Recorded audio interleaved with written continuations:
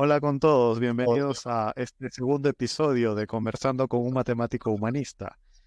Gracias por la excelente repercusión que ha tenido el primer episodio.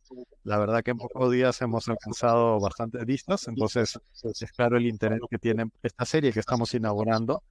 Y bueno, en este segundo episodio continuaremos viendo justamente la página, ¿no? Conversando, bueno, la página de Matemático Humanista y también conversando sobre diversos temas con el doctor Steven Rojas.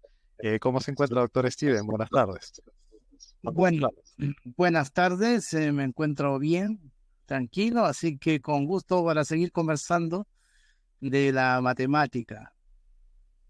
Excelente. Bueno, en unos minutos se está conectando otro miembro del equipo, mi hermano. Digamos que se va a integrar en los siguientes minutos.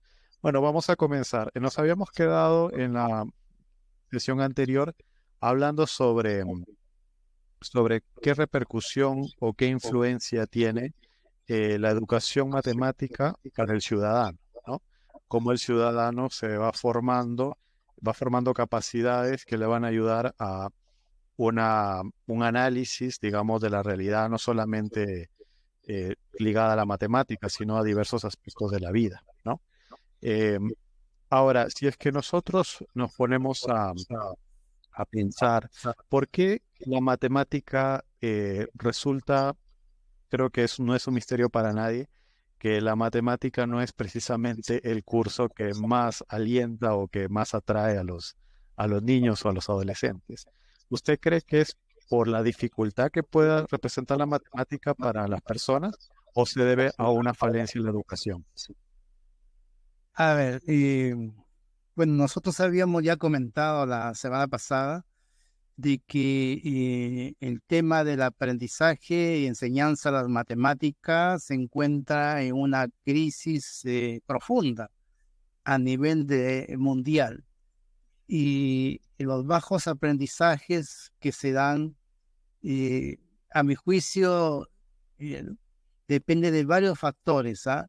Una de ellas, y no menor, es la manera en cómo está constituida la matemática en este momento, siguiendo la escuela formalista, estructurada, y que lo aleja un poco digamos,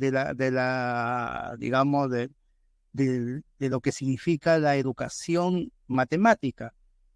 Nosotros entendemos de que nosotros vamos a la escuela para educarnos como futuros ciudadanos. Y en ese sentido, el conocimiento matemático que se brinda en las escuelas muchas veces está alejado de esa formación ciudadana e incluso de la formación científica que debería tener todo ciudadano. Y nos estamos convirtiendo en los cursos de matemática como una forma de formar pequeños matemáticos, que en realidad está muy bien, ¿no? Pero nos olvidamos que los seres humanos tienen distintas capacidades para desarrollarse y bueno, la matemática, si bien es cierto, lo tenemos interiorizado. eh, Muchas veces las personas prefieren otro tipo de conocimiento, les atrae otro tipo de cosas, y es válido, ¿no? Que cada uno se desarrolle en lo que le gusta.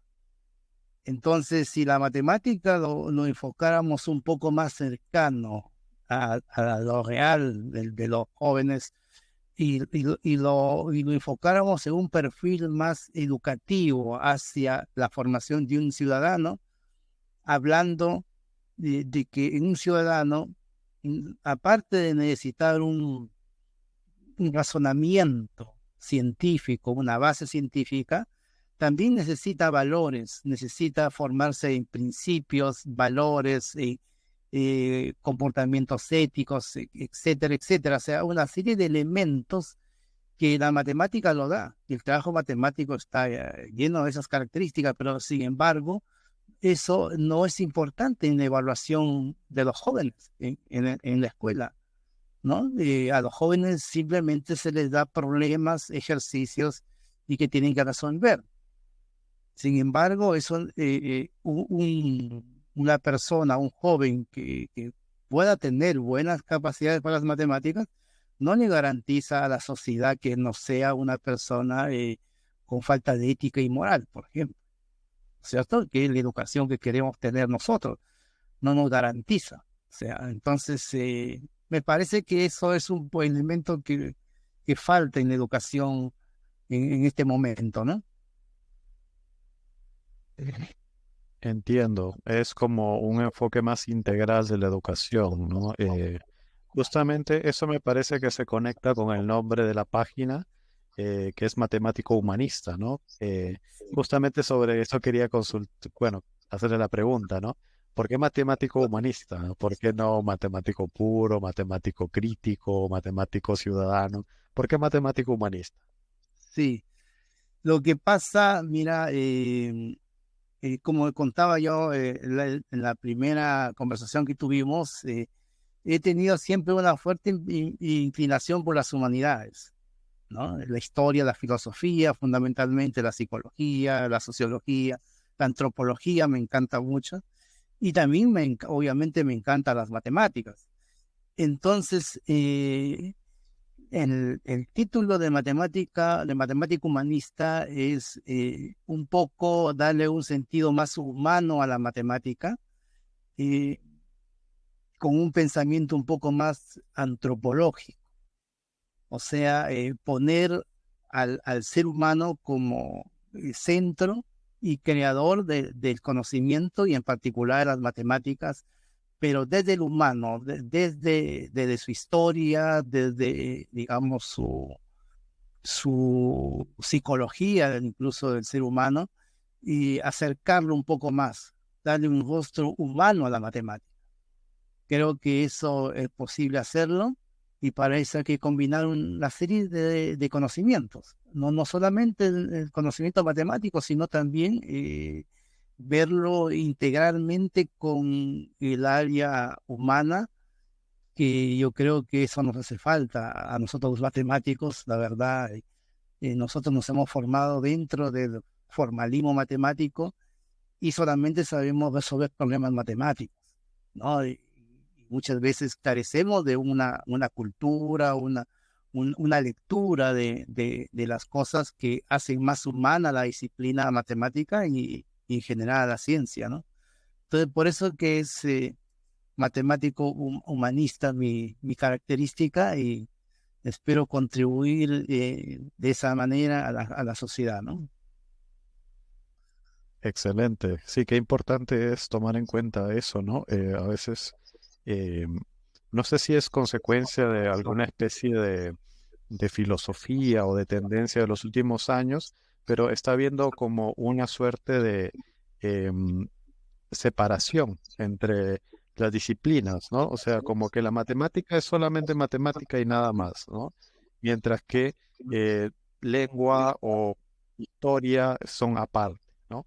Entonces hay una suerte de separación que realmente tal vez, corríjame si me equivoco, en los primeros años del desarrollo de la educación, hablamos de los griegos o de los romanos, probablemente lo tenían más integrado o lo veían como una educación, digamos, complementaria, ¿no? Más eh, que una, digamos, ciencia o una rama excluya a la otra, ¿no? ¿Cree usted que es consecuencia de algún proceso, de alguna tendencia filosófica, esta suerte de separación entre las distintas ramas del saber? Sí, por supuesto. Mira, eso viene de muy antiguo, ¿no? Desde la época babilónica, griega, se ha segmentado los temas, ¿no? Pero en ese momento el mundo era mucho más simple de lo que es hoy día, ¿no? A ver, yo quiero, mira, indicar lo siguiente, ¿no? Cuando el ser humano en algún momento de su pasado inventó la matemática, o los primeros conceptos matemáticos, las formas, el número y todo lo demás que vino hacia adelante, empezó él mismo a estructurar la sociedad, su modo de vida y todo a través de estos conceptos matemáticos. De tal manera que hoy día lo tenemos totalmente estructurado. Todo lo que nosotros tenemos a nuestro alrededor, la manera como vivimos, es en base a las formas y a los números, la matemática inventada por el ser humano. Y eso significa que la matemática penetra en diferentes áreas, no solamente en el área científica, la física, la química, sino también entra en la economía, en la sociología, en la educación, en todas las áreas. Nosotros lo hemos penetrado, lo hemos estructurado así. Por lo tanto, el conocimiento es interdisciplinario. Sin embargo, en nuestra educación, desde la época de los babilónicos, la época griega, y después lo hemos segmentado en asignaturas independientes, ¿no? Después vino Juan Jacobo Rousseau también con sus ideas, que también fue uno de los impulsores de esta segmentación. Y es lo que nosotros hoy día en las escuelas, bueno, nos llenan de asignaturas distintas, y como bien dices, la matemática pareciera que es una disciplina muy aparte, que no tiene conexión ni con la historia, ni el lenguaje, ni el resto de las asignaturas, cuando en realidad el conocimiento hoy más que nunca es totalmente integrado. Así que yo creo que en el futuro la educación debe cambiar hacia esa dirección, ¿no?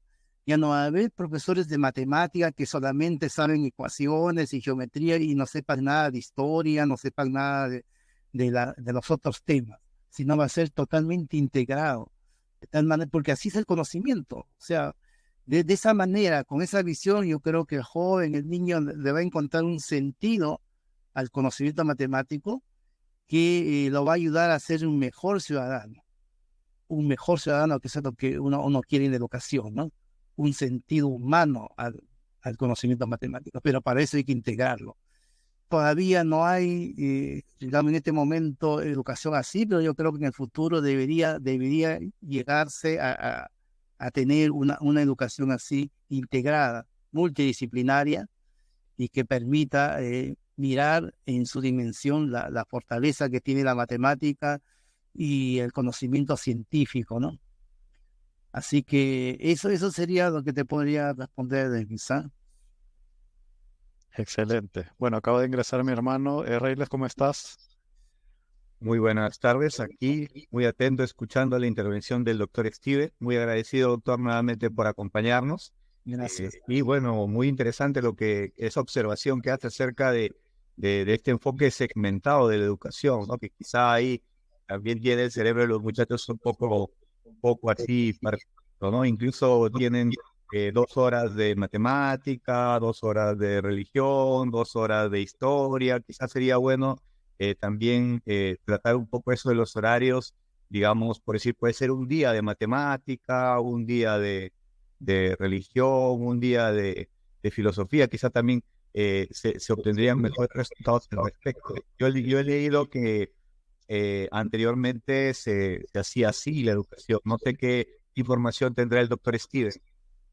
Mira, en este momento en México tienen esa tendencia, acá en Chile también están con estas nuevas currículos intentando, digamos, integrar el conocimiento.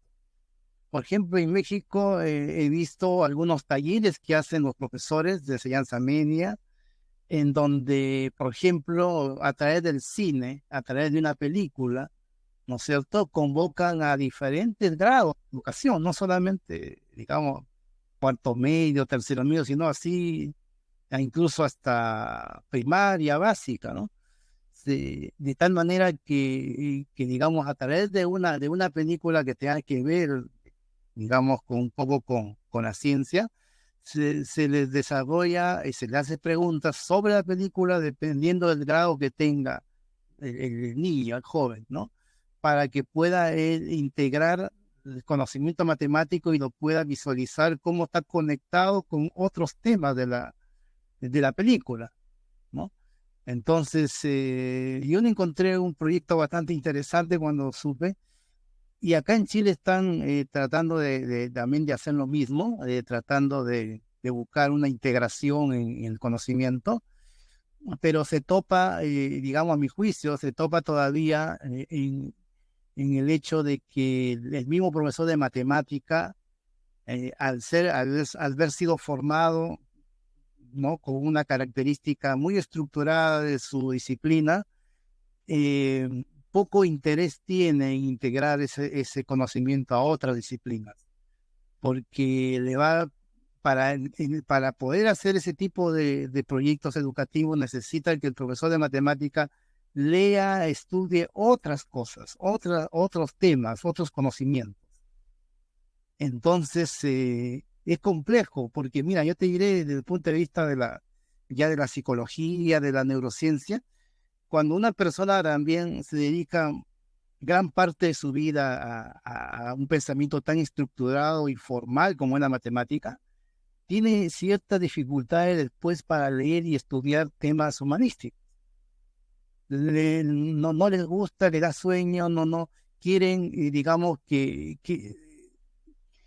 que el discurso humanístico sea directo, como es la matemática. La matemática nosotros cogemos, por ejemplo, una definición directa y nos damos más rodeo. En cambio, en el lado humanístico, para explicar algo, o sea, pueden hablar harto y escribir harto, entonces eso ya lo aborra al profesor de matemática, no quiere leer. ¿Te das cuenta? Entonces, topamos en ese tipo de cosas y el profesor de matemática es un poco reacio a entablar, digamos, estudiar otros temas, ¿no? Salvo excepciones, obviamente, hay algunos que sí, pero en su gran mayoría no, siguen haciendo y quieren seguir haciendo la misma matemática de siempre, que ellos saben, conocen y la han enseñado ellos mismos en sus universidades, pero no quieren innovar, cambiar, es un problema que hay, ¿no?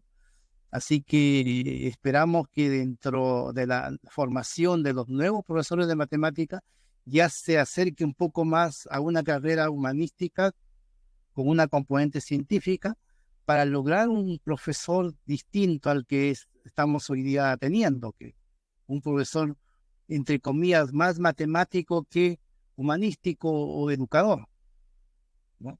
Eso es lo que sucede hoy día, ¿no? Reyes.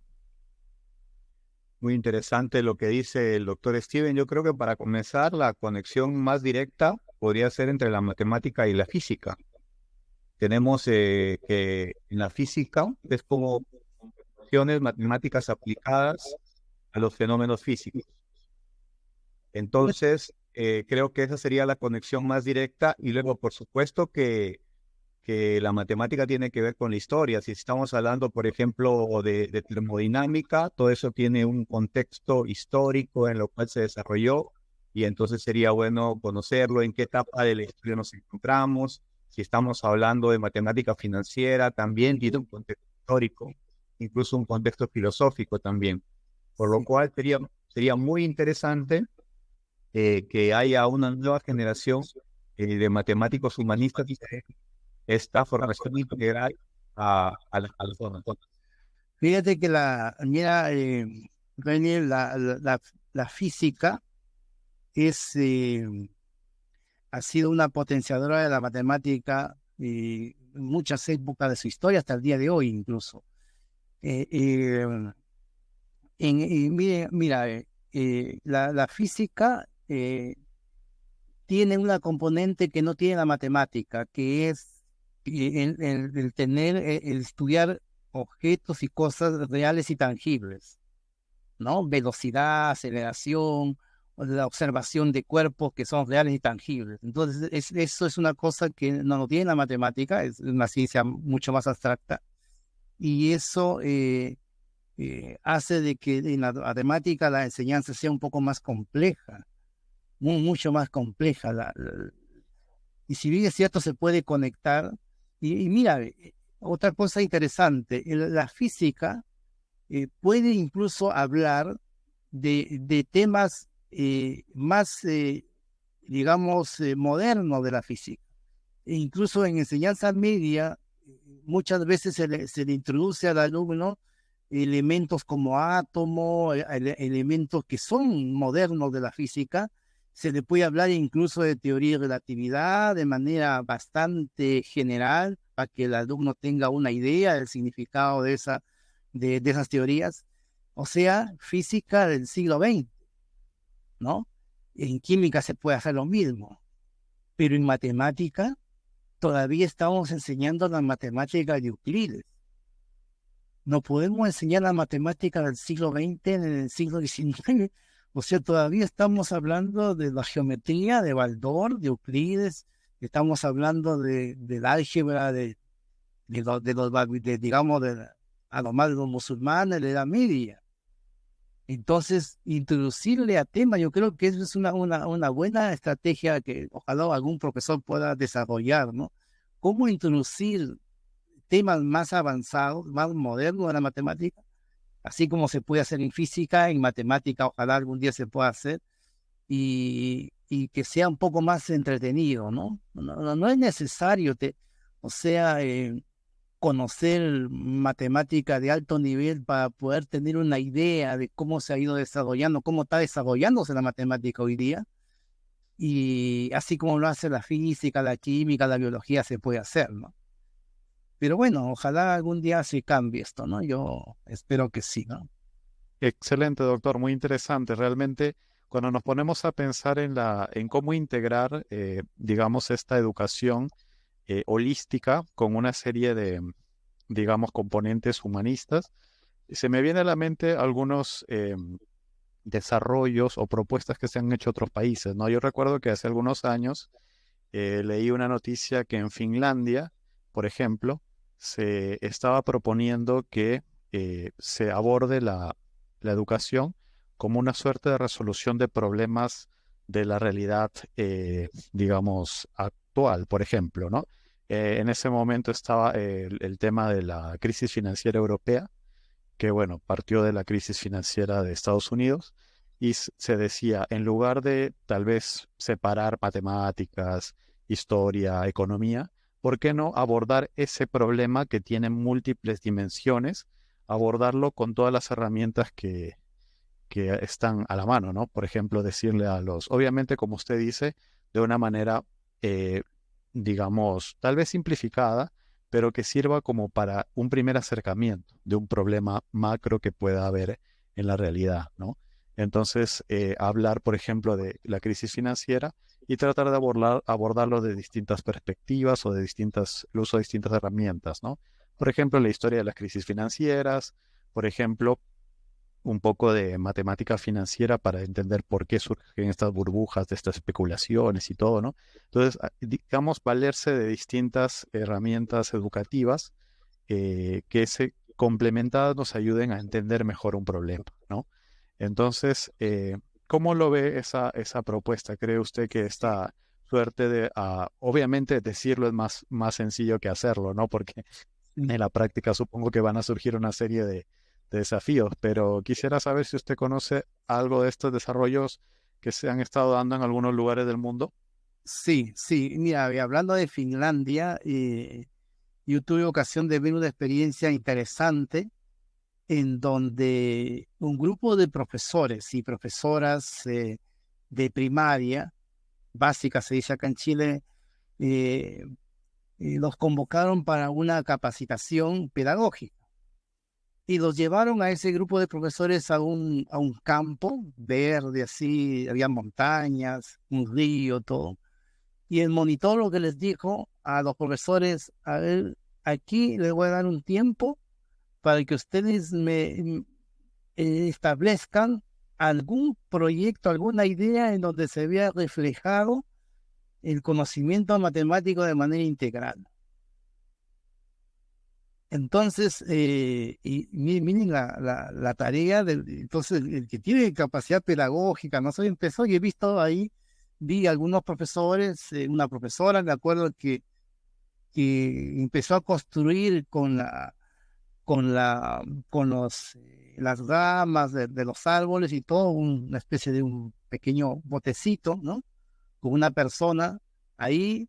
Entonces, y como había agua que estaba corriendo, entonces ella dijo que la matemática estaba presente incluso en cuando el botecito, digamos, está sobre el agua y empieza a correr y empieza a establecerse una cierta velocidad, una cierta aceleración. Está la física ahí, está el entorno geográfico, que significa la vegetación, la biología también está ahí. Después, si llueve, aparece una serie de conocimientos que está integrado. E incluso se habló de que dónde está, en ese ejemplo, el cuidado del medio ambiente, ¿no? ¿Dónde está la contaminación de repente que se puede ejercer cuando uno está en una embarcación así? Entonces, una serie de preguntas, incluso hasta legales, o sea, hasta el derecho se integra en ese conocimiento. Se hace una discusión así integral. Y cada profesor tenía que tener una idea. Cada profesor tenía que tener una idea. Entonces, ahí está el talento que tiene que tener un profesor, ¿no? El talento no es fácil como, o sea, pero el que tiene talento, como yo lo aprecié y lo vi en ese momento, digamos que o sea, le va a aparecer alguna idea en donde con las herramientas que hay a su alrededor le puede generar tareas educativas a los niños. En este caso era para niños de primaria, ¿no? Entonces, ese tipo de cosas nos faltan en el Perú. O en Chile también falta ese tipo. Generalmente el profesor quiere tener conocimiento de metodologías que han tenido éxito en otras partes, en otros lugares, para copiarse y replicar, ¿no? Entonces, sin entender que cada maestro tiene su entorno, tiene sus alumnos, tiene su sistema educativo, es una cosa muy diferente. Entonces, replicar las experiencias de otros países o de otros lugares, incluso a veces no es recomendable, no se ve el mismo efecto, digamos, pero con la inteligencia, el talento del profesor, yo creo, debería ser capaz de establecer tareas así con los materiales que tiene a su alrededor, con los estudiantes que tiene, digamos, con el material humano que el profesor tiene, de tal manera que pueda ver la matemática, la ciencia en general totalmente integrada, incluso con las humanidades.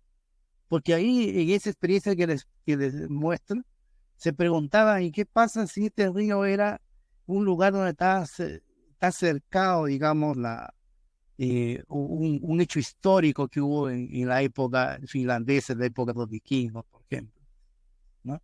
¿Qué pasaría con este barco si llega un vikingo y digamos, lo ataca? O sea, lo integra ahí. Y la matemática estaba ahí, la física estaba ahí, la química, la biología, todo estaba ahí. Entonces, es interesante porque el niño empieza ya a formarse en su mente ya un conocimiento integrado de las cosas. Entonces, ojalá en el futuro, digamos, los profesores se formen así, ¿no? Ojalá, ¿no? Y además que hay que decirlo también, en esos países, Finlandia, Noruega, son países donde ser docente es tiene una alta valoración en la sociedad de ellos. De tal que los mejores estudiantes no quieren ser médico ni ingeniero como pasa en nuestra América Latina, sino quieren ser profesores y maestros, porque hay una alta valoración de la sociedad y porque también tienen remuneraciones acorde a eso. Y bueno, y por eso que son buenos maestros y por eso tienen la educación que tienen, ¿no? Están al toque en el mundo, porque son las mejores personas a las que se dedican a la educación. No solamente tienen que tener cualidades académicas, sino fundamentalmente cualidades humanas. Tiene que ser una persona con valores y principios para que formen nuevas generaciones. No es cualquier persona. En cambio, nosotros en nuestra América es todo lo contrario. Muchas veces se estudia educación o pedagogía que ya no logró tener acceso a otras carreras y bueno, eso es lo que sucede. Entonces, por eso que nuestra educación también está como está, porque no tenemos a los mejores educando. No tenemos a los mejores haciendo educación. los mejores, claro, también que sean médicos, pero, por supuesto, porque si no, imagínate si los alumnos más magos fueran médicos, ¿no? Cómo fuera al menos, ¿no? Perjudicial, ¿no?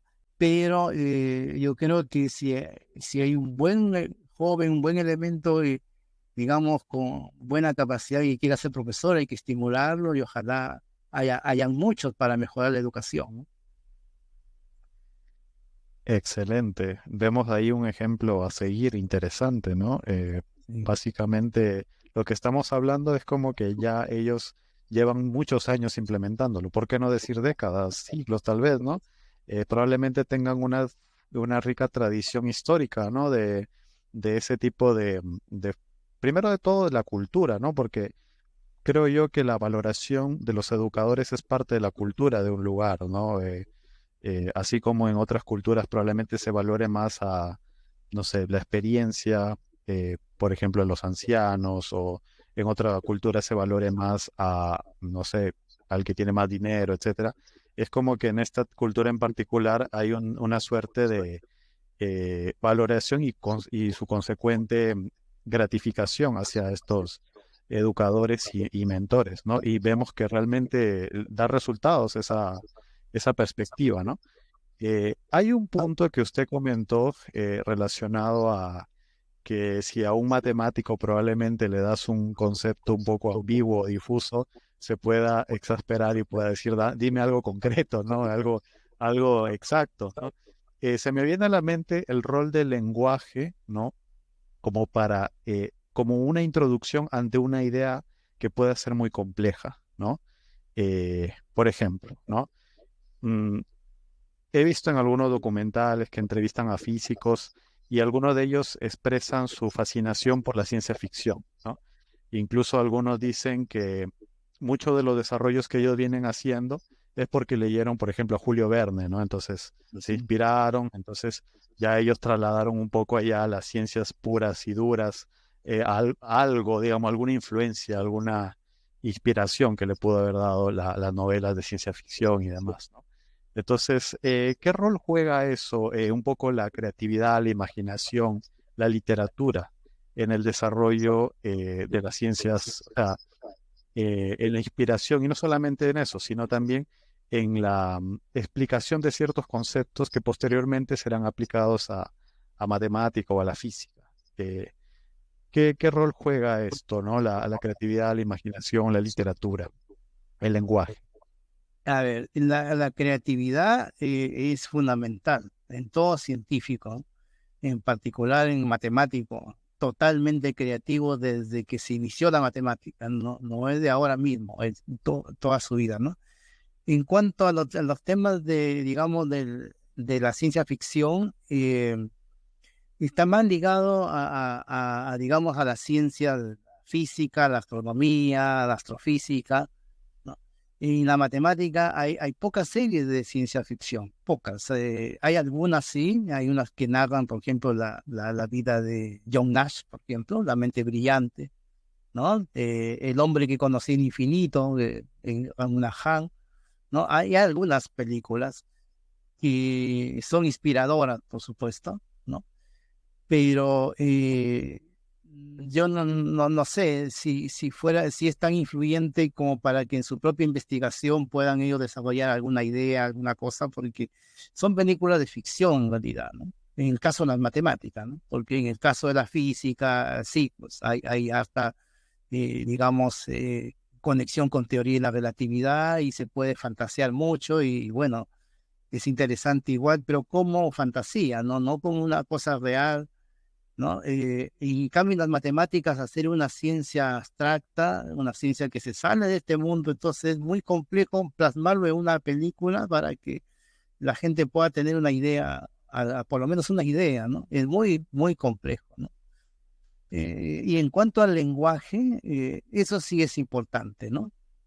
Con el lenguaje es muy... la conexión es mucho más profunda porque la manera de redactar un problema, eh, no solamente matemático, sino científico de cualquier índole, es necesaria la claridad para la comprensión cabal del problema. O sea, una persona que no tenga buena comprensión lectora, por ejemplo, muy difícil va a ser para que resuelva un problema matemático. Por lo tanto, es muy importante en la enseñanza de la matemática la comprensión lectora, por ejemplo. Eso es sumamente importante. Entonces, y en ese aspecto los matemáticos sí han desarrollado una forma de comunicación bien concisa y precisa. Entonces, eso quizá es una dificultad a la hora de aprender, porque es tanta la precisión que si las personas se salen de esa precisión, entonces no logran aprender la matemática. Entonces, en cambio, en otras áreas no son tan precisos, ¿no? La filosofía, por ejemplo, puede hablar de algún tema y puede expandirse y decir muchas cosas interesantes, pero no solucionar ningún problema. La filosofía no soluciona problemas, más bien los problematiza. Entonces, y eso resulta muy interesante, informativo, pero no resuelve nada. En cambio, nosotros en matemática sí resolvemos problemas, pero para resolver problemas tenemos que precisarlo. Ahora, en lo que también es cierto, quisiera que quede esta idea, no todo es posible precisarlo de manera matemática para resolverlo. Por ejemplo, si se está hablando, digamos, de la envidia, que lo puede tratar un filósofo, lo puede tratar un psicólogo, un médico, no sé, ¿no? Pero si nosotros de manera matemática quisiéramos estudiar la envidia y quisiéramos solucionar el problema y por lo menos definirlo y ver qué consecuencias trae la envidia, tendríamos que definir la envidia. Entonces, y la matemática usa, miren, un lenguaje muy básico. Es preciso, pero es muy básico y no todo lo puede definir. Por lo tanto, ahí... por eso que nosotros somos precisos, ¿sí? pero hay que ser consciente de que todo no se puede explicar por la matemática. No lograríamos hacerlo jamás, porque hay temas que no se pueden, digamos, definir en principio de manera precisa, ¿no? Así que, bueno, en ese sentido, al tener una formación rigurosa y precisa, muy sintética, un matemático tiene esa capacidad, miren, de entender las cosas, por ejemplo, de un discurso y sacar lo esencial del discurso, ¿no? Sin tanto rollo, digamos. Y por eso desespera muchas veces, porque dice tantas palabras y tanto bla bla cuando debió decirlo directamente esto. Y yo a veces los explico a mis colegas matemáticos, les digo que el mundo, que las demás personas no son matemáticos, necesitan una explicación, ¿no? Para que vayan entendiendo qué es lo que quieren decir, ¿no? Pero a veces nosotros somos bien precisos, ¿no? Pero vuelvo a insistir, no todo se puede precisar, no todo, o sea, hay muchos, la gran mayoría de cosas humanas difíciles de precisar, o sea, los sentimientos en general no se pueden precisar de manera matemática, ¿no? Y varios elementos más, pero en todo lo demás, sí, podemos hacerlo, ¿no? Y muchas cosas más sí se puede hacer, y es bueno que se haga para una buena toma de decisiones, que muchas veces la población no lo toma por falta de formación matemática. Por falta de formación matemática tenemos muchos de los problemas en nuestra sociedad. Eso es lo que me podría decir. Excelente, excelente. Justo nos da pie para en un siguiente episodio hablar sobre estos problemas, ¿no? Problemas que enfrentamos en el día a día y que con una buena educación, perdón, en matemática, un buen conocimiento se puede afrontar de mejor manera. Bueno, de esta manera terminamos este segundo episodio de Conversando con un matemático humanista. Bueno, como siempre, un honor y un gusto conversar con usted, doctor Steven. Bueno, ¿qué tal la pasó, doctor? Bien, bien. Es interesante las preguntas y la conversación, así que esperamos continuar con este grupo de entrevistas y bueno, pues un poco aportar a la culturización matemática de la sociedad. Excelente, doctor. Reyla, ¿qué tal la pasaste? Muy bien, aquí agradecido con el doctor Steven por sus intervenciones. Yo agregaría una película a las que mencionó el doctor, es sobre Alan Turing. No sé si lo habrá visto, doctor, sobre el matemático que descifró los códigos NAS, ayudando a ganar la guerra mundial. Bueno, muy agradecido nuevamente, doctor. Esperamos tenerlo, Dios mediante, aquí en una nueva oportunidad para seguir profundizando los conocimientos acerca de este tema de la matemática, la física, la historia. La matemática humanística, podríamos decirle. Bueno, ahí mira, quiero hacer pequeño paréntesis, ¿no? Porque, eh, a ver, desde mi punto de vista, la matemática no tiene cualidades humanas, en el sentido de que para, para tener cualidad humana hay que ser un ser humano. Y la matemática es un conjunto de sistemas formales, ¿no? Es un conjunto de herramientas inventadas por el ser humano, pero que no piensan, no razonan, no actúan, no se aplican, nada. O sea, simplemente son herramientas inventadas por el ser humano y que la persona que, digamos, utilice esas herramientas ya para darle algún sentido es el matemático, ¿no? Y él puede ser un humanista, obviamente. El matemático podría ser un humanista, pero la matemática en sí no tiene cualidades humanas, no son ni humanas, ni son, no sé, pues buenas, malas, feas, bonitas, como a veces se dice por ahí, tal ecuación es la más bella del mundo.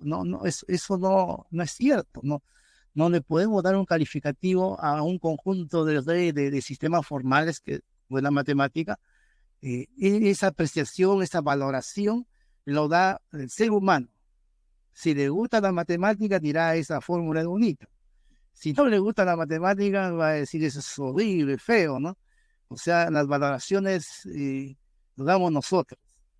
Igual en general con el conocimiento científico, tampoco es, miren, a ver, hace un rato hablaste de Alan Turing, ¿no es cierto? Alan Turing, que fue una persona muy aportó mucho, eh, pero sucede que en los momentos en que la sociedad ve que la matemática interviene en algo negativo, como por ejemplo desarrollar la bomba atómica en la guerra mundial, ¿no? Y muchas veces dicen, miren, la ciencia también puede hacer daño, ¿no? Desarrolla bombas, hace cosas, hace armas, incluso todo eso. Y yo digo, no es así. No es así porque la matemática no hace ningún daño a nadie. Los matemáticos y los científicos en general se caracterizan porque les interesa conocer y aprender, entender. No le interesa el usar ese conocimiento para hacer algo, un artefacto, una bomba, algo. No le interesa. Eso lo desarrollan los técnicos, los tecnólogos, los ingenieros. La gente que conoce matemáticas, ciencia, puede desarrollar una bomba, puede desarrollar cualquier cosa que quiera, hasta una vacuna, por ejemplo. La vacuna del COVID no lo hicieron los científicos, lo hicieron los tecnólogos, de alto nivel, por supuesto, pero utilizaron el conocimiento científico. Nosotros los científicos somos las personas más pacíficas del mundo. No nos interesa el mundo en realidad, nos interesa conocer, aprender, ¿no? Nos interesa descubrir cosas por el propio hecho de conocer y descubrir. Y lo dejamos ahí para que personas que ya tengan interés en resolver problemas reales, en resolver cosas de la sociedad, lo utilicen y puedan sacar beneficios. Y en ese sentido, quería hacer ese paréntesis, ¿no? Para aportar un poco más a la idea de lo que es la matemática. Pues la matemática, y lo dejo acá como abierto, y como para otra entrevista, es ontológicamente neutra, totalmente neutra. No es ni buena, ni mala, ni nada, ni bella, ni hermosa, nada. No tiene ética, no. O sea, somos nosotros los que nosotros manipulamos la matemática, le podemos dar ese uso. Somos seres humanos. Por eso es que mi eslogan es matemático humanista, lo centro todo en el ser humano. Todo. O sea, lo bien y lo mal que hemos hecho en las sociedades, solamente nosotros mismos hemos tenido, digamos, participación en todo eso, ¿no? La misma matemática es creación, invención humana. Sin seres humanos no hay matemática, no existe matemática. Eso de creer de que la matemática es, digamos, que si no hubieran seres humanos, hubieran gente de otros planetas, otras galaxias, se podría comunicar a través de la matemática, es una fantasía que no tiene ningún sustento de ningún tipo. Pero todas las ideas, miren, vienen desde mucho atrás. Hay corrientes filosóficas que han, idealismo alemán, por ejemplo, que ha podido que realmente influenciar a que la gente tenga un pensamiento así de la ciencia y en particular de la matemática, ¿no? Como que la creación es obra de un matemático, que Dios es un matemático, por ejemplo, dicen así, ¿no? Que porque las leyes de Newton son tan precisas y eso tiene que haber sido hecho por un ser superior que tal vez la ley de matemática no tiene ningún sentido. Yo a otra oportunidad les puedo explicar cómo el ser humano genera ese tipo de leyes, ¿no? Pero son invenciones humanas. No es que la naturaleza piense, razone, haga axiomas y genere leyes matemáticas. No, eso no tiene ningún sentido, en absoluto. Pero bueno, eso lo dejaremos para la próxima reunión. Excelente. Reyles, Muchas gracias por la aclaración. Entonces, humanistas son los matemáticos y las matemáticas. O sea, si hablamos de la matemática humanista, sería una mujer. Se me vino a la mente otra película que vi hace poco, coreana. No es sobre un matemático, sino es una historia ficticia. Se llama In Our Prime. In Our Prime también se puede encontrar en internet y es sobre un matemático, entre otras cosas trata sobre un matemático que al final resuelve la famosa hipótesis de Riemann. Quisiera saber así brevemente dos cositas sobre la hipótesis de Riemann. Si conceptualmente es fácil de entender, si se podría explicar y a cualquier persona, si se podría explicar a cualquier persona. No, la verdad que yo no sé de qué trata la famosa hipótesis de Riemann. Y número dos, si es que ya ha sido resuelta o todavía. No ha sido resuelta hasta ahora. Mira, la hipótesis de Riemann es una conjetura. Se podría quizás explicar en una pequeña pizarra, pero voy a intentar para que te hagan una idea, ¿no? Ustedes saben que los números primos son infinitos, ¿no? Eso se sabía desde la época pitagórica, incluso se probó, está probado desde antes de Cristo, de que el conjunto de los números primos es infinito. Ya, pero buscar un patrón en donde se encuentren los números primos, así desde el primero hasta todos, ha sido un gran problema matemático, una preocupación de los matemáticos a saber. No sé, se han hecho una serie de conjeturas con respecto a esto. De tal manera que cualquier número que se me ocurra va a estar ahí mezclado con los números primos.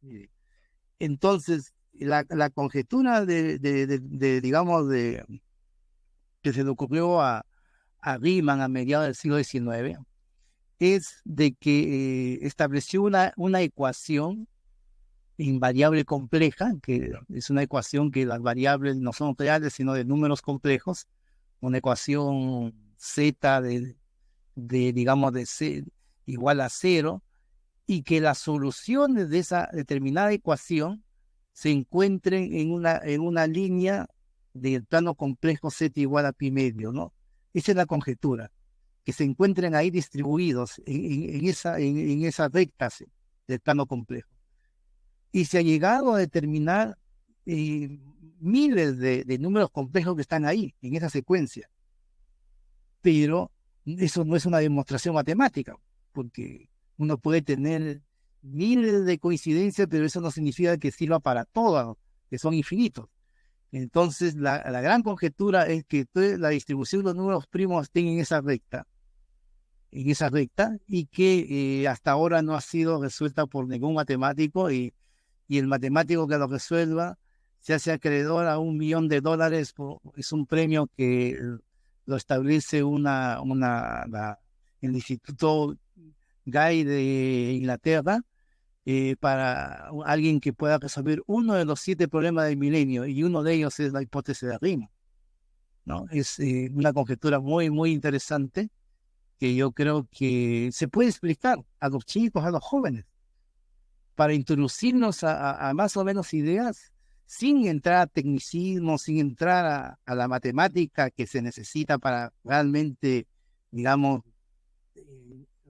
verlo con profundidad, pero sí se puede buscar la manera de, con ejemplos pequeños y con la matemática escolar que ellos conocen, puedan entender, tener una idea, ¿no? Lo entretenido que puede ser conocer la distribución de los números primos.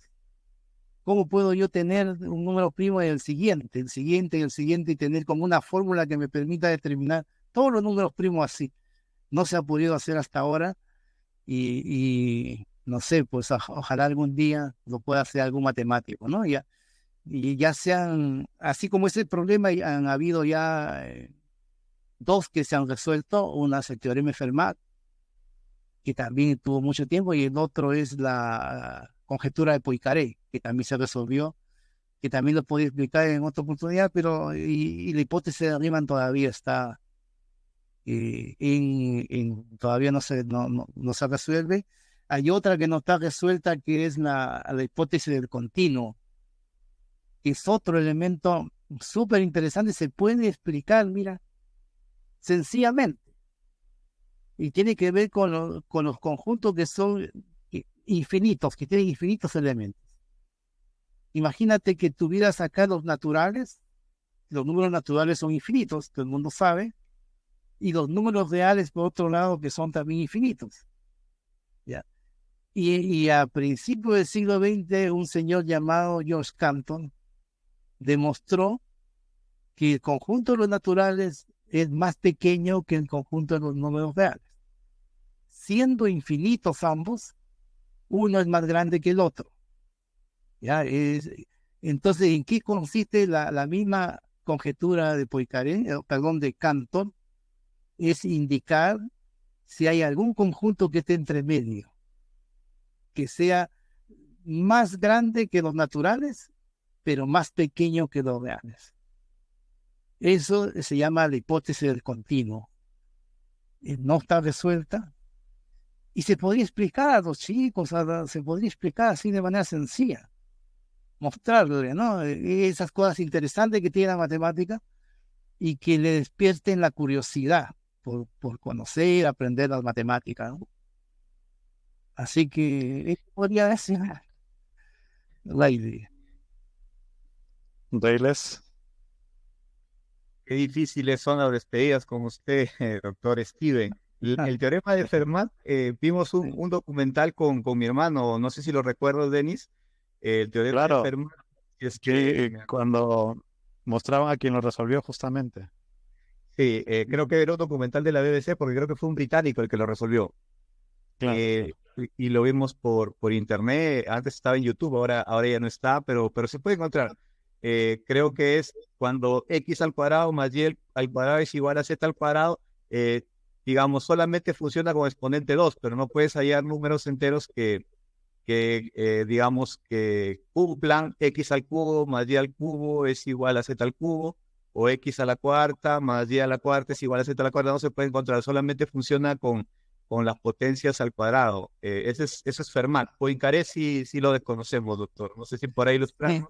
Sí, mira, ya que han hablado ustedes de teoría de Fermat, les invito a que vean en mi canal de YouTube. Tengo una charla que he dado sobre el teorema de Fermat a la Universidad Autónoma de México, a la UNAM.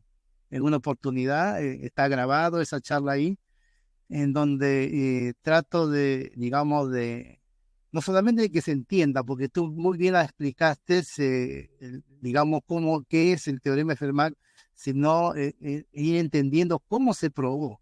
Una idea, por lo menos, porque es muy compleja, son artículos de muchas páginas, matemática muy avanzada, pero se puede tener una lectura un poco más filosófica de esa demostración y buscar los elementos básicos de conexión, que se vaya entendiendo algo, ¿no? Eso es lo que yo hice en esa charla, y lo invito a que lo vean. Y también tengo de la conjetura de Poincaré, otra charla que he dado también, y la conjetura de Poincaré es la siguiente, mira, ve. También se puede explicar de manera sencilla. Sucede de que nosotros vivimos en un mundo tridimensional en donde todos los objetos que tenemos a nuestro alrededor fueron ya clasificados a mediados del siglo XX, ya fueron clasificados de la siguiente manera, mira. Y los objetos tridimensionales tienen 0 hoyos, como la esfera, por ejemplo, no tiene hoyos, y n hoyos en su interior. De tal manera que, por ejemplo, yo, el ser humano, si yo me considero una persona sin ningún hoyo, a mí me pueden inflar y convertirme en una esfera. Estoy clasificado como una esfera. Pero si yo tuviera, por ejemplo, este objeto también podría ser una esfera, porque lo inflo y lo convierte en una esfera. ¿Ya? Esa rama de la matemática se llama topología, esa rama que estudia este tipo de cosas, ¿no? Pero cosas que tengan un hoyo, por ejemplo, a ver, no sé si por acá yo pueda tener, por ejemplo, este objeto que voy a presentar ahora, por más que yo lo inflo, va a tener un hoyo acá, ¿no es cierto? Entonces hay muchos objetos que tienen hoyos, ¿ya? Objetos que tienen 2 hoyos, 3 hoyos, 4 hoyos y así, ¿no? Entonces clasificaron todos los objetos tridimensionales de esa manera, de manera matemática rigurosa, en el espacio que nosotros nos movemos. Ahora, si nosotros pensamos en el espacio de la 4ª dimensión, la que nosotros no estamos presentes, pero podemos extender una dimensión más, entonces la pregunta era, la esfera en esa 4ª dimensión, ¿no? ¿Será una esfera que tenga hoyos o no tenga hoyos? La conjetura de Poincaré decía que la esfera de 4ª dimensión no debería comportarse igual como la esfera de 3 dimensiones que nosotros conocemos. Como no tenemos accesibilidad a mirar la 4ª dimensión, entonces esa conjetura demoró 100 años para resolverse a principios de este siglo por un ruso que demostró, ¿no? Tuvo una serie de herramientas, argumentos de que efectivamente la esfera de 4ª dimensión es sin hoyos, igual como la esfera que nosotros conocemos. Esa es la conjetura de Poincaré, pero en realidad, miren, lo que se buscaba en ese problema no es solamente preguntarse sobre la esfera de 4ª dimensión, sino de todos los objetos, clasificar todos los objetos de la 4ª dimensión. Imagínense, así como lo hemos hecho para la dimensión que nosotros estamos, con esferas, con hoyos, ¿no es cierto? Así lo hemos hecho nosotros acá, los libros, por ejemplo, es una esfera, se puede inflar, ¿no? Una taza de café con una asa, por ejemplo, es una esfera con una asa, se puede inflar, ¿no? Lo hemos clasificado así y son visibles para nosotros, pero en la 4ª dimensión, que no lo podemos ver, ¿cómo son esos objetos? Esa clasificación de esa dimensión se hizo a principios del siglo XX por un ruso llamado Grigori Perelman. Y entre ellos ya le salió el tema de la esfera de la 4ª dimensión, o sea, la conjetura de Poincaré. O sea, es súper interesante y les invito a que vean mi exposición sobre ese tema, donde ahí hablo también igual, o sea, como son exposiciones que están dirigidas a alumnos de matemática, profesores de matemática, entonces yo tengo que también hacer una pequeña introducción de cómo fue la demostración de esa conjetura, ¿no? Pero siempre tratando de no entrar en mucho tecnicismo, sino darle más importancia a las ideas más que la parte técnica. Entonces, es interesante, se dan cuenta cómo hay temas de matemáticas así de interés que se pueden dar a los jóvenes, a los chicos, y no se hace, no sé. No, la verdad es que el formalismo nos ha matado. El formalismo, o sea, estos teoremas, desde el punto de vista formal, pues tiene que ser una persona con alta formación matemática para que pueda entenderlo y de la línea específica de ese tema. Entonces no es accesible para el resto de gente. Pero las ideas centrales sí se pueden aterrizar. Entonces yo creo que esa parte nos falta a nosotros, ¿no? Entrar con esos temas, incluso en enseñanza media, los primeros años de universidad. En mi video lo van a ver, que es accesible. Lo que yo hablo ahí digamos, se puede entender, digamos, ¿no? Esa conjetura, ¿no?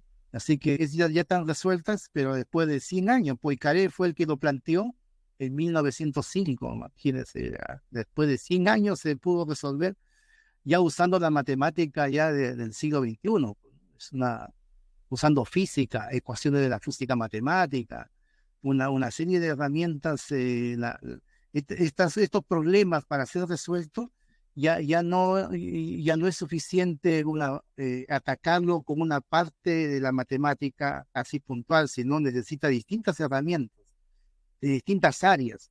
Entonces el matemático que hace eso tiene que tener una visión y un desarrollo matemático para poder conectar, y eso realmente no hacen pocas personas. La gran mayoría de matemáticos son ultra especialistas, ¿no? Entonces así no van a resolver nunca un problema de ese nivel así grande, ¿no? Como estos señores que lo hicieron, ¿no? El señor Andrew Wallace, el teorema de Fermat, el inglés Andrew Wallace y el ruso Perelman, ¿no? O sea, son gente que tiene una capacidad, digamos, de conocimiento matemático enorme, y que puedan conectar cosas para dar solución a un problema puntual así como esto, ¿no? Es interesante, así que les invito a que vean mi video. Mi canal de YouTube no está casi así como masivo, porque todavía no he pensado en masificarlo, pero si las exposiciones que hago lo graban, lo suelo colocar ahí para que esté presente, ¿no? Claro, invitamos a toda nuestra audiencia a que busquen en YouTube Steven Rojas, así como, de hecho lo vamos a poner en la descripción también del video para que puedan ir directamente al canal y puedan revisar este y muchos más videos que menciona el Sí, doctor. tengo uno que yo creo que les invitaría a revisar, que tiene que ver con el tema de qué es ser un matemático. Yo siempre lo recalco ese video porque fue en la UNAM también, en la UNAM, en México.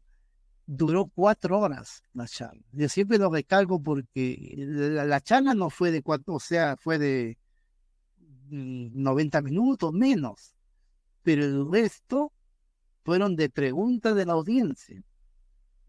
4 horas duró ¿no? Porque hubo interés masivo de los jóvenes, de los profes, de hablar y comentar de esta gran pregunta que uno siempre: ¿qué es ser un matemático? ¿Qué es la matemática, por ejemplo? Que es un tema que, o sea, mira, le voy a decir una cosa: mire, quizás nosotros los matemáticos seamos la única disciplina que no tenemos una definición más o menos consensuada de lo que es la matemática.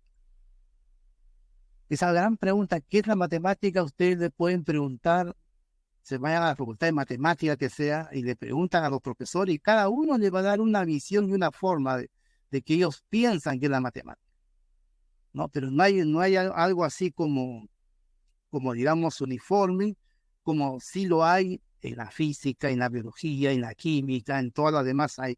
Todos sabemos que es la biología. Pero en la matemática, hablamos de las matemáticas nosotros también. O sea, a pesar que la biología, por ejemplo, plantas y animales son dos cosas distintas, pero no dicen las biologías, ¿no? No porque saben conectarlas, porque se conectan, porque es una sola biología. La matemática es igual. La matemática, por más que se vea, digamos, que una área está por acá y que la geometría está por acá y el álgebra por este lado, no. Se conectan. Entonces es la matemática. Entonces nosotros ahí hemos hecho la exposición, hemos dado una definición de lo que es, a nuestro juicio, la matemática actual, digamos, porque, digamos, la definición matemática ha ido evolucionando en el tiempo. No es la misma matemática de la época de Pitágoras, ni de Euclides, ni de la Edad Media, ni del siglo XVIII, ni del siglo XIX. La matemática ahora se ha avanzado mucho más. Y Y bueno, les invito a que lo vean, pues en mi canal de YouTube, ¿no? Y, así que ahí está, ¿verdad? Ahí está. ¿Qué es ser un Justamente matemático, por ejemplo? ahí Y está, que miren, ser un miren, matemático. donde dice qué es ser un matemático, ¿cuánto duró ese video? Sí, más de 4 horas. Sí, pues, sí, o sea, y fue, o sea, me gustó porque los mexicanos preguntaban y preguntaban, y yo, pues, como ustedes me ven, me gusta hablar, empecé a responder todo, ¿no? Entonces, y eso me ha gustado que haya interés de pregunta del público, ¿no? Así que ahí tienen las exposiciones que me han grabado, yo lo he colocado ahí, ¿no? Ahí está el último teorema de Fermat, también está ahí, miren, también para el coloquio de la UNAM, claro, ahí está. Que ustedes lo vean, tengo también de una radio de Lima, también hicieron 2 entrevistas por ahí, con don Modesto Montoya, ¿se acuerdan del físico nuclear que tenían en el Perú y que fue ministro? Él también 2 veces me he entrevistado al profesor Montoya. Y ahí está la conjetura de Poincaré también, ahí lo tienen abajo, que ahí está la charla que di sobre la conjetura de Poincaré. Y me parece que también la charla única que me falta hacer es sobre la hipótesis de Riemann, me parece.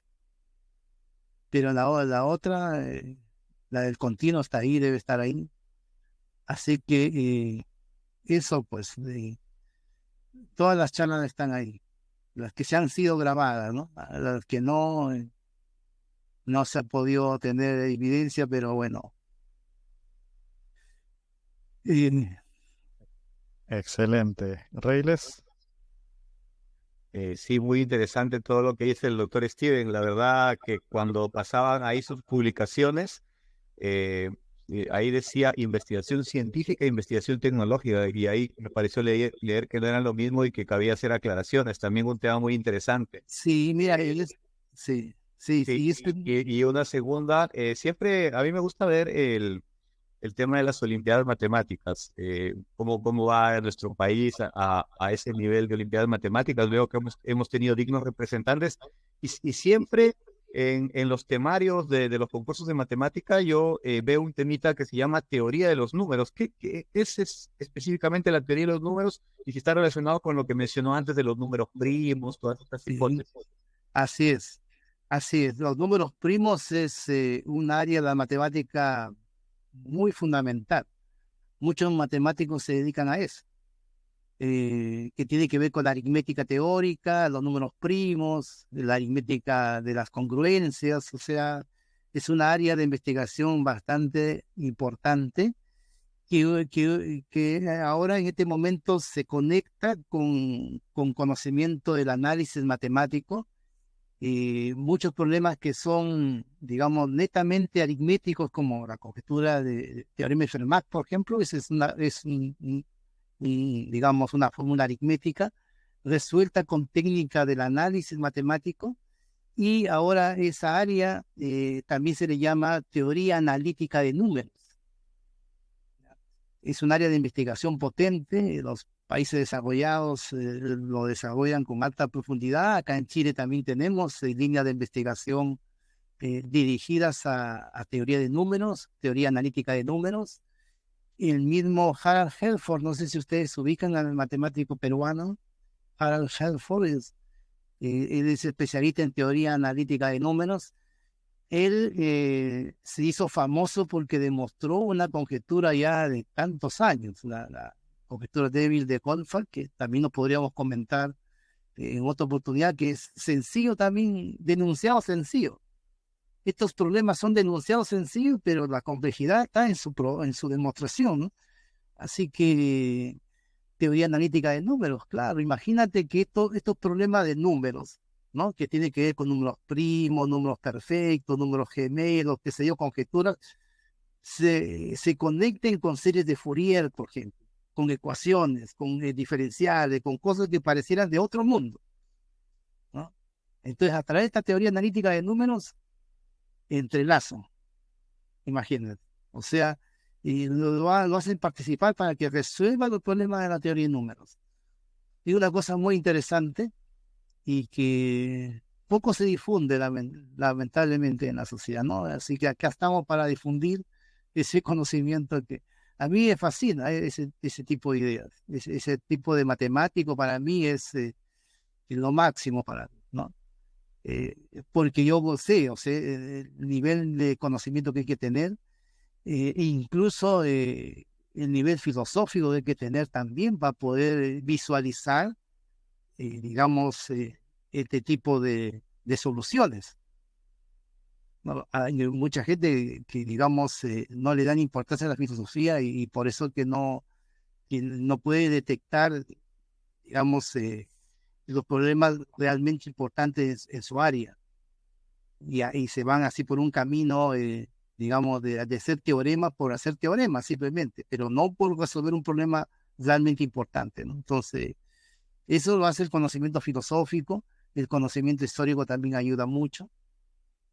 Así que ahí está, pues 4 horas, más de 4 horas, ¿no? ¿Qué es ser un matemático? Sí, muy interesante. La charla no dura 4 horas, es como 90 minutos menos, pero las preguntas, todo fue en base a las preguntas, así que fue interesante, ¿no? Una buena experiencia por allá. Excelente, excelente. Se me vino a la mente cuánto me hubiese gustado que mi profesor de matemática me contara sobre estos grandes problemas que son fascinantes realmente. Sí, Es sí, como si te abrieran la mente a algo más allá de lo que podemos ver, ¿no? Y esto que hemos mencionado, algunos pocos, deben haber muchos más que sí, prácticamente nos dan otra perspectiva de la realidad, ¿no? Y justamente en los siguientes episodios vamos a seguir profundizando en esto y en otros temas más. Muchas gracias, doctor. Realmente siempre un honor. Nos queda muy corto el tiempo, pero eso es una buena señal. Bien dicen que es mejor a veces terminar una conversación con, digamos, con los ánimos en alto porque sabemos que la siguiente va a estar lleno de novedades, ¿no? Bueno, siempre agradeciendo a nuestro público que, bueno, ha recibido muy bien el video anterior. Realmente estamos muy, muy agradecidos. Realmente vemos en nuestro público un gusto por saber sobre matemáticas. Entonces, estamos justamente para hablar sobre esos temas que les fascinan. Recuerden darle like, suscribirse, que eso nos ayuda mucho a crecer y a divulgar este tipo de contenido. Y bueno, espero la pasen muy bien. Por cierto, a nuestros compatriotas peruanos, felices fiestas. Estamos en el mes patrio. Espero que la estén pasando muy bien y que, bueno, tengan ese ánimo patriótico siempre en alto. Espero que la pasen muy bien. Hasta luego. chao, hasta luego, hasta la próxima.